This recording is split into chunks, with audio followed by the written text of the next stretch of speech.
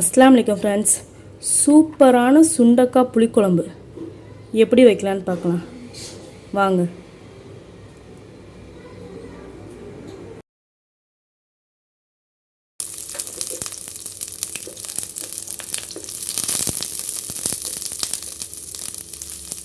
தக்காளி ஒரு பெரிய சைஸ் 3 தக்காளி எடுத்து கட் பண்ணி வச்சுருக்கேன், சேர்த்துக்கலாம். இதோட கொஞ்சமாக கல் உப்பு போட்டு நல்லா வதக்கிக்கலாம்.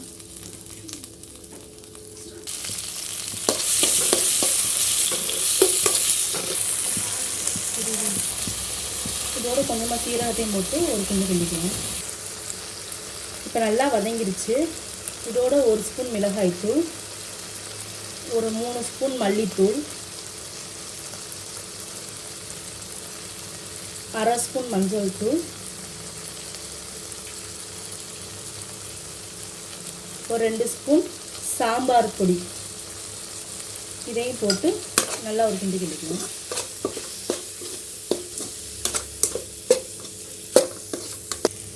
பாருங்கள், எல்லாம் சேர்ந்து நல்லா வதங்கிடுச்சு.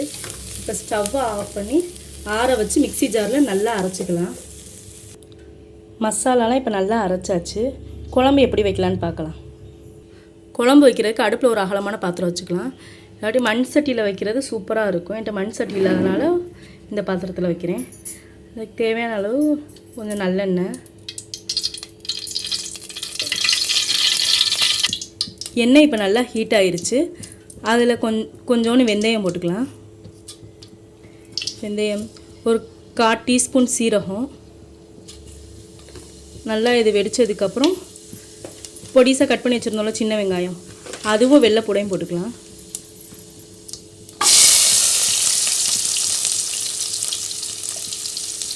கருவேப்பிலை கொஞ்சம், ஒரு கொத்து கருவேப்பிலை, இதையும் போட்டு நல்லா பொன்னிறமாக வர வரையும் நல்லா வதக்கிக்கலாம்.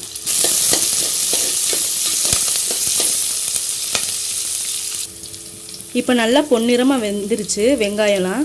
அதோட சுண்டக்காய் தட்டி வச்சோம்ல, அதையும் அதோட போட்டு ஒரு கிண்டி கிண்டிக்கலாம். சுண்டைக்காய் எண்ணெயோடு போட்டு நல்லா வதக்கினாதான் குழம்பு சூப்பராக இருக்கும். சுண்டைக்காயோட கசப்பு இருக்காது. சுண்டைக்காயில் இப்போ கொஞ்சமாக உப்பு போட்டு வதக்கிக்கலாம். உப்பு போட்டால் சுண்டைக்காயில் உப்பு பிடிக்கும். இதெல்லாம் நல்லா வதங்கட்டும்.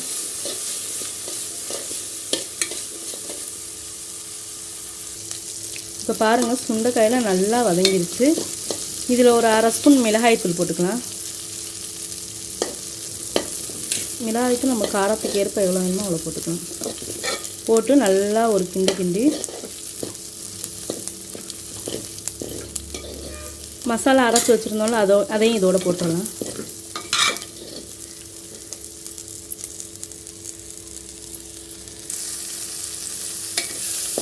மசாலா எல்லாத்தையும் போட்டு நல்லா ஒரு கிண்டி கிண்டிக்கலாம்.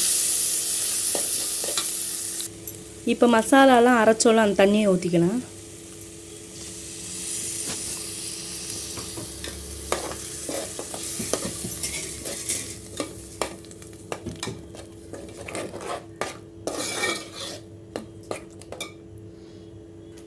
இப்போ புளிக்கரைசல் கொஞ்சம் ஊற்றிக்கலாம்.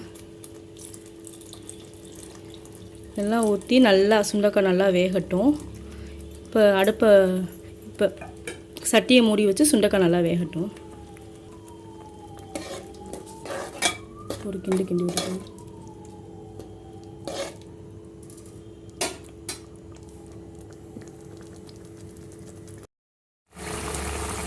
பாருங்கள், சுண்டைக்காய் நல்லா வெந்து குழம்பு நல்லா சூப்பராக ரெடி ஆயிடுச்சு. இப்போ ஸ்டவ்வை ஆஃப் பண்ணிடலாம்.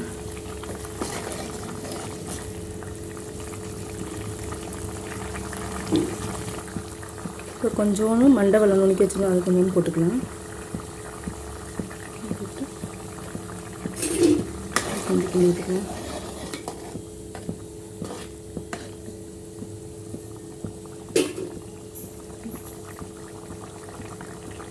கொத்தமல்லி தழையை தூவி விட்டு ஸ்டவ்வை ஆஃப் பண்ணிடலாம். நல்ல சுவையான சுண்டக்காய் புளிக்குழம்பு ரெடி ஆயிடுச்சு. நீங்களும் வீட்டில் இதை ட்ரை பண்ணி பாருங்கள். இது உங்களுக்கு பிடிச்சிருந்தால் லைக் பண்ணுங்கள், ஷேர் பண்ணுங்கள், கமெண்ட் பண்ணுங்கள். மறக்காமல் ஹஃபில் கிச்சன் சேனலை சப்ஸ்கிரைப் பண்ணுங்கள். Thank you friends.